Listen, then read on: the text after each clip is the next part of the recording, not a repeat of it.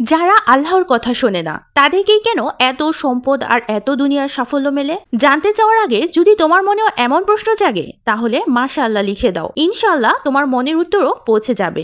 কখনো ভেবেছো যারা নামাজ পড়ে না, গুনাহে ডুবে থাকে, তারাই কেন এত ধন সম্পদ, এত নাম যশ পেয়ে যায়? এটা কি আল্লাহর অবাধ্য হওয়ার পুরস্কার? না, বরং এটা আল্লাহর সবচেয়ে ভয়ঙ্কর আজমাইশ। কোরআনে আল্লাহ তাআলা ইরশাদ করেছেন, যখন তারা ভুলে যায় যা তাদের স্মরণ করিয়ে দেওয়া হয়েছিল, তখন আমি তাদের জন্য সবকিছুর দরজা খুলে দিই। এমনকি যখন তারা প্রদত্ত নিয়ামতের মধ্যে মত্ত হয়ে যায়, তখন হঠাৎ আমি তাদের পাকড়াও করি। অর্থাৎ যারা আল্লাহর থেকে দূরে, তাদের দেওয়া দুনিয়ার দৌলত, খ্যাতি, ইজ্জত এগুলো আসলেই কোনো সম্মান নয়, বরং এক প্রবঞ্চনা, ফাঁদ, যাতে তারা আরো বেশি বিভ্রান্ত হয়। এক হাদিসে রাসূল সাল্লাল্লাহু আলাইহি ওয়াসাল্লাম বলেছেন, দুনিয়া মুমিনদের জন্য কারাগার আর কাফিরদের জন্য জান্নাত। তাই যদি দেখো কোনো গুনাহগার বা আল্লাহর অবাধ্য ব্যক্তি দুনিয়াতে সবকিছু পাচ্ছে, তাহলে একে রবের রহমত ভেবে নিও না, বরং ভয় করো। কারণ যখন হিসাবের দিন আসবে তখন সবচেয়ে কঠিন হিসাবও তারই হবে।